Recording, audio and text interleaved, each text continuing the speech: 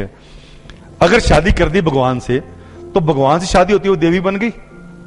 अब उससे शादी कौन करेगा? कर लेते हैं उससे भी शादी हम तो भगवान की पत्नी से शादी कर लेते हैं। देखिए हमारा हाल देखो, पहले तो भगवान की पत्नी बनाया, फिर उससे तलाक दिलवा दिया बिना भगवान की मर्जी के। हाँ, अब देखो हमारे कंसेप्शन क्या, ज्योतिष का मजाक उड़ाते हैं, खड़े हो गए हम बैठ के सारा दिन यही काम करते रहते हैं, मांगलिक दोष मांगलिक दोष। फिर आता साहब शनि की साढ़े सती। साढ़े सती में क्या होता है? शनि की साढ़े सती एक ऐसा पीरियड होता है जो हर 30 साल बाद रिपीट होता है। शनि की साढ़े सती में कुछ भी नहीं बिगड़ता। एक्चुअल में क्या होता है, शनि को बनाया गया यूनिवर्सल जज। शनि की कहानी सुनी हो आपने तो, जब देवताओं की युद्ध छिड़ा था शिव जी का और गणेश जी का, तब शिव जी ने खूब प्रहार किया गणेश जी पे। आपको कहानी का ध्यान सबको करीब करीब मालूम होती है आजकल कहानियां, कि गणेश जी वो पार्वती मां के मानस पुत्र थे, द्वारपाल पे बन के बैठे रक्षा करने के लिए। शिव जी आए तो उन्होंने पहचाना नहीं, क्योंकि तभी पैदा हुए थे वो, और आने से अंदर रोक दिया। तो शिव जी गणेश जी में युद्ध हुआ तो शिव जी ने मारना चाहा, गणेश मरे नहीं, तो शनि की सहायता ली। शनि ने दृष्टि डाली उनके कुल्हाड़ी पे, कुल्हाड़ी तीखी होगी, उन्होंने गणेश जी का सिर काट दिया। देवियां क्रोधित हुई, मां पार्वती ने शनि को शाप दिया कि तूने गलत काम किया, जा तू अंगहीन हो जा, नपुंसक हो जा। तो शनि बोले मेरी गलती क्या है, नहीं माने। तो सूर्य जो उसके पिता थे उन्होंने पूरी पृथ्वी का प्रकाश रोक लिया, बोले मेरे बेटे की गलती क्या है। शिव जी ने बोला तो माना, नहीं मानते तो शिव उसको वैसे मार देते। तब उसको ये वरदान मिला, अंग जुड़ जाएं आपके द्वारा, आप ग्रहों में न्यायाधीश का दर्जा मिले, सबसे उच्च कोटि के आप ग्रह बन जाएं। तब उनको दर्जा मिला तो वर्ल्ड का पूरा उनको दंडाधिकारी या न्यायाधीश या जज उनको बना दिया गया। जब शनि का एक पीरियड 30 साल बाद ऐसा आता है, जब बोला गया कि पिछले 30 सालों में इंसान ने जो कर्म किए होते हैं, तो शनि या ईश्वर या सृष्टि उसे चांस देती है कि पिछले जितने कर्म का दंड देके खाता न्यूट्रल कर दे, नई जिंदगी फिर से जी ले। अब होता क्या है कि अपनी गलती तो मानेगा नहीं, गलती नहीं मानेगा। चोर को अगर अदालत में खड़ा करो तो क्या बोलेगा, जज चोर है, जज पैसे खाता है, वही बोलेगा।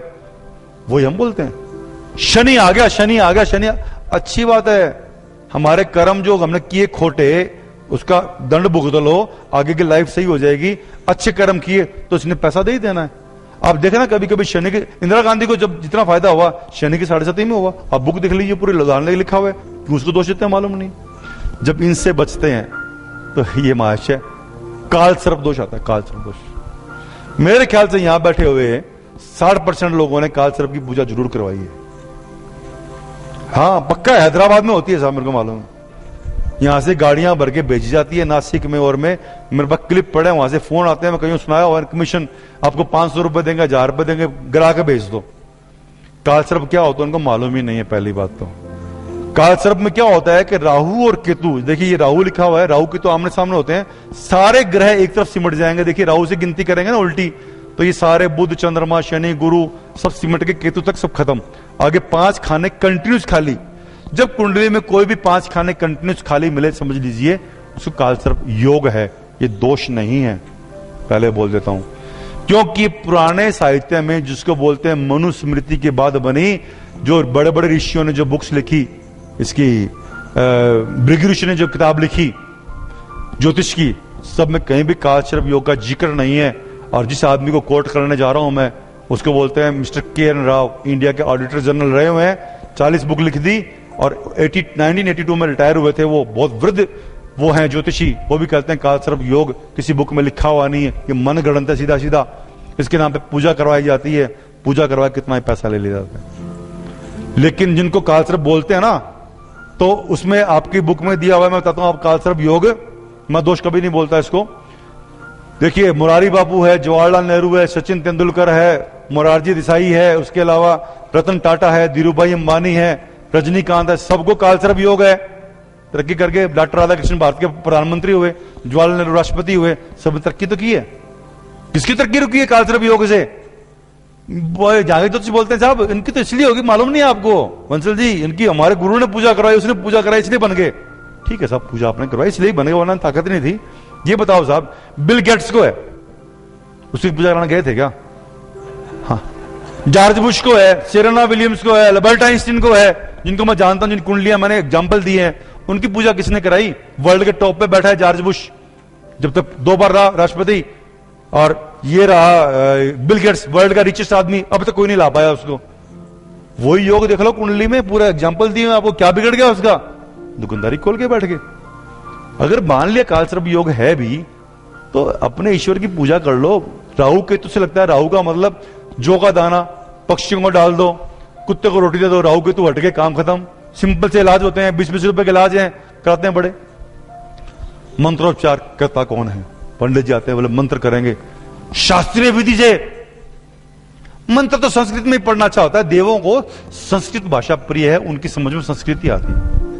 एक तरफ तो भाई मेरे तो बोलता है वो परमात्मा है जो मन की बात समझता है, दूसरी तरफ तू बोलता है कि संस्कृत समझ में आती है। दोनों में से एक बात क्लियर तो कर ले, चाहता क्या?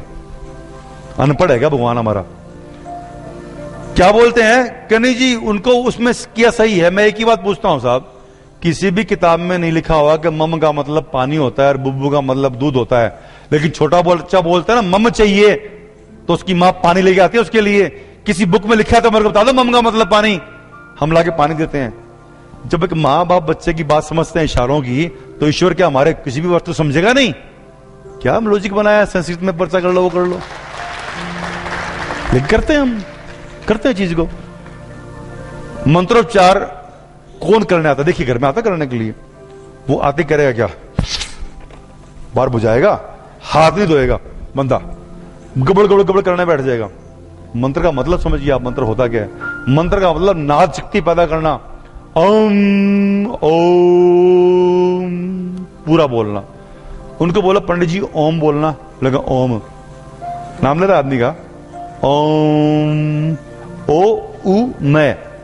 ब्रह्मा विष्णु महेश तीनों शक्तियां, तीनों जो 33 कोटि शक्तियां जुड़ती है। आप कभी भी शनि जब घूमता है उसकी आवाज सुन के देख ले, रिकॉर्ड करके गूगल पे मिलेगी, ओम ये आवाज आ रही होती है। कभी भी आप देखिए पुराने जमाने में देवों को, जितने मंदिर थे ना, वहां पे म्यूजिक सिस्टम रखे होते थे। क्यों? सभी विद्वानों को दीक्षा शिक्षा दी जाती थी कि आप मंत्र ज्ञान करने से पहले संगीत की शिक्षा लो, आपके मुंह से सुर सही निकलना चाहिए, वो पूरा सिखाया जाता था। आप कभी देख लीजिए जो म्यूजिक डायरेक्टर है या जिनको म्यूजिक का ज्ञान है वो जानते होंगे, म्यूजिक सीखने से पहले ओम बोलना जरूरी होता है। आपको अच्छा म्यूजिक डायरेक्टर आपको ओम बुलवाएगा। अगर ओम सही नहीं बुला ना तो एक हफ्ते आपसे ओम ही बुलवाएगा, ओम। अगर वो सही 3 सुर ही नहीं पकड़ पाए तो 7 कहां से पकड़ोगे? लेकिन वो आते हैं घर में गबड़ गबड़ कुछ भी कर देते हैं, तो गबड़ गबड़ हम भी करते। मेरे एक दोस्त है जी, बताऊं आपको, जात के अहीर थे, एक क्या रसोइये थे पहले। वो करते करते वो ना जी एक पंडित बन के, ब्राह्मण बन के पूजा करने लगे। वो कभी भी स्पष्ट मंत्र नहीं पढ़ते थे। पूजा करते करते जा स्वाहा मलाम था मोहनलाल। मगर मोहनलाल यार तू ये बता, तेरे मंत्र स्पष्ट क्यों नहीं होते? बोला मेरे को सेठ है, अपने को आते कहां है, ईमानदारी की बात। तू बोलता क्या है? बोलता है ओ सेठ तो पागल है, बावड़ो है, इसने पूजा करवा तो ली, लेकिन ये बनाएगा हलवा पूड़ी, जो ये भी खाएगा हम भी खाएंगे।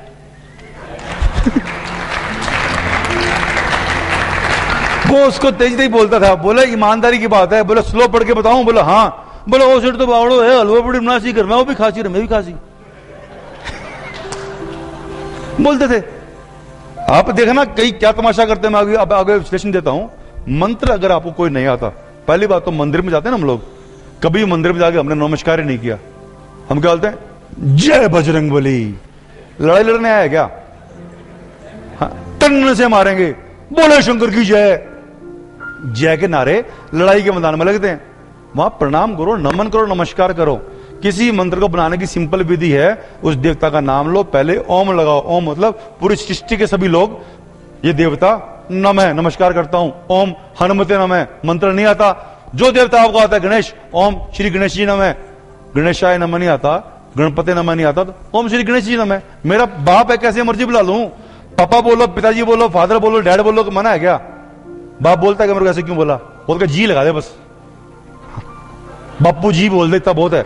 ओ बाप मत बोल। हाँ सिंपल, आप समझो लॉजिक। नहीं समझते, कुछ हम समझते नहीं, कुछ बिचौली हमको समझने देते नहीं। दुकानदारी